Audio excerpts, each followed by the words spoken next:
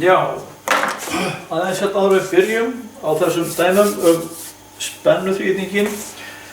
Spóla svona sem bara vafning af vaður utan eitthvað rörbút. Kjarnin svona málmstöng og hér sem spóla með kjarna. Engin kjarni, kjarni. Og það teiknar svona spólan hérna og kjarnin hér. Við notum núna í þessu, það að segja dæmasafnin hérna, dæmasafnin 1 og 2, og við erum með kafla 3 í seinni helmingi bókarinnar, við erum nú að taka dæmi 2. Kennslubókin við þetta þessi bók hér, Raffræði 2. Og áður við byrjum að þá ætlum ég aðeins að fjalla með ykkur munin á reiðstraumsviðnámi og raunviðnámi. Við mælum spóluna hérna með ómæli, ekki rafmagn á henni, þetta ekki svona bara ómælir hér á. Og sem við mælum 20 ohm hérna, þá er það raunviðnámið. Það viðnámsspólunar bara í leiðaránum. Margir vírar, mjórvír og þetta viðnámið á 20 ohm. Síðan setjum við hérna reiðstraum á, 50 rið úr netinu á húsinu. Strömmurinn fer hingað og svo snýna við og fer tilbaka, fram og tilbaka, fram og tilbaka.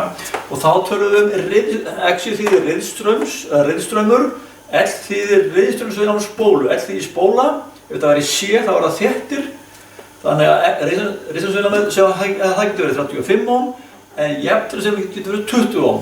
Og þá verður þrýstingurinn teiknaður hérna 20 á lengdina og hér 35 á lengdina.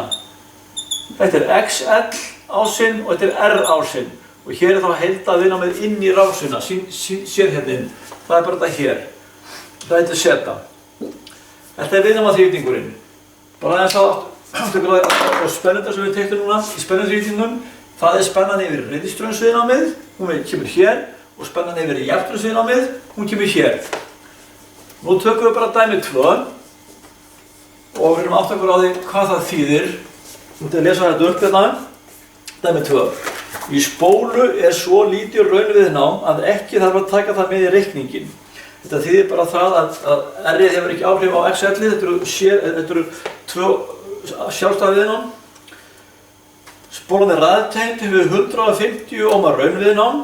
Mælir sýnir að spennan í raunviðnámið er 150 ohm og spennan í spóluna er 200 volt. Þess að hér er bara 50 rið frá búrfelli. Hér er spólan og hún er þá bara með X-elli, ekkert R í henni, það þykar sem textunum. Og hér er sem sagt 150 volt og 150 ohm. Og hér eru 200 volt. Og spennuþrýstingurinn, hann er þá svona og svona og svona. Hér eru þá 150, þetta er R-ið og hér er X-ellið og þetta eru þá 200 volt hér. Svona. Já, það er að segja að þetta er aðliðurinn er teiknaða vektormynd, þetta er vektormyndin. Hér er 90 gráðu horn og hérna er eitthvað horn sem við ætlum að finna út. Þetta er vektormynd. Lengdin hér sé að vera 15. Og hér 20, þar að lengdin er spennan og hornið hér er svo, bara hornið. Og þetta er liður A, vektormyndin. Hvað er aðfarða spennan H? Það er það hér og það er bara Pythagoras. Rótin af, þetta eru mitt upp á skamliðarna, þannig að það er leggjum þar saman og tökum rótin af því í öðru veldi. Þetta er 200 í öðru, pluss 150 í öðru, rótin af því, einhvern tala hérna.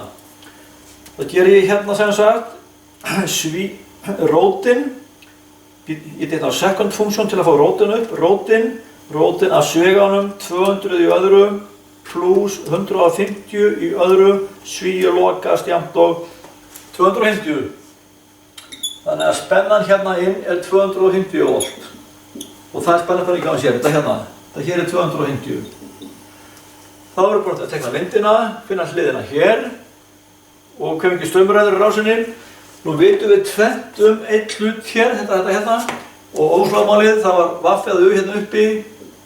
I sinnum R, þetta hér er ómslagmálið. Við vitum núna spennuna 150 og viðnám 150. Þannig að I er jafnt og viðnám deilt upp í spennu. Og I hér er það jafnt og 150 volt. Deilt með 150 ohm, jafnt og 1 ampere. I hér er þetta hérna.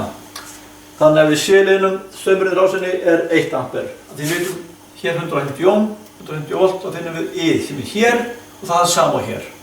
Alltaf sami straumur.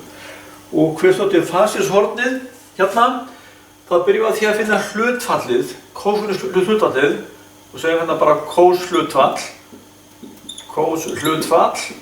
og það er aðlaga skamhlið 150 deilt með langhlið 250, þetta er 0, eitthvað, þetta er alltaf 0, eitthvað, 150 deilt með 250, 0,6, þetta er sem sagt kósinus phi á horninu og svo gerum við bara arkkós af hlutfallinu til að finna gráðurnar og það er bara kós mínus fyrsta af 0,6 og það gefur okkur þessar gráður og það er bara hérna kós mínus fyrsta 0,6 53,1 gráða 53,1 gráða þið gefið þetta horn upp sem sagt sem hlutfall 0,6 það heitir það kósinus phi eða sem gráður og það er 53,1 gráða. Þetta er með 2, kafla 3 fasið. Spennandi rýtingar. Einfalt. Takk.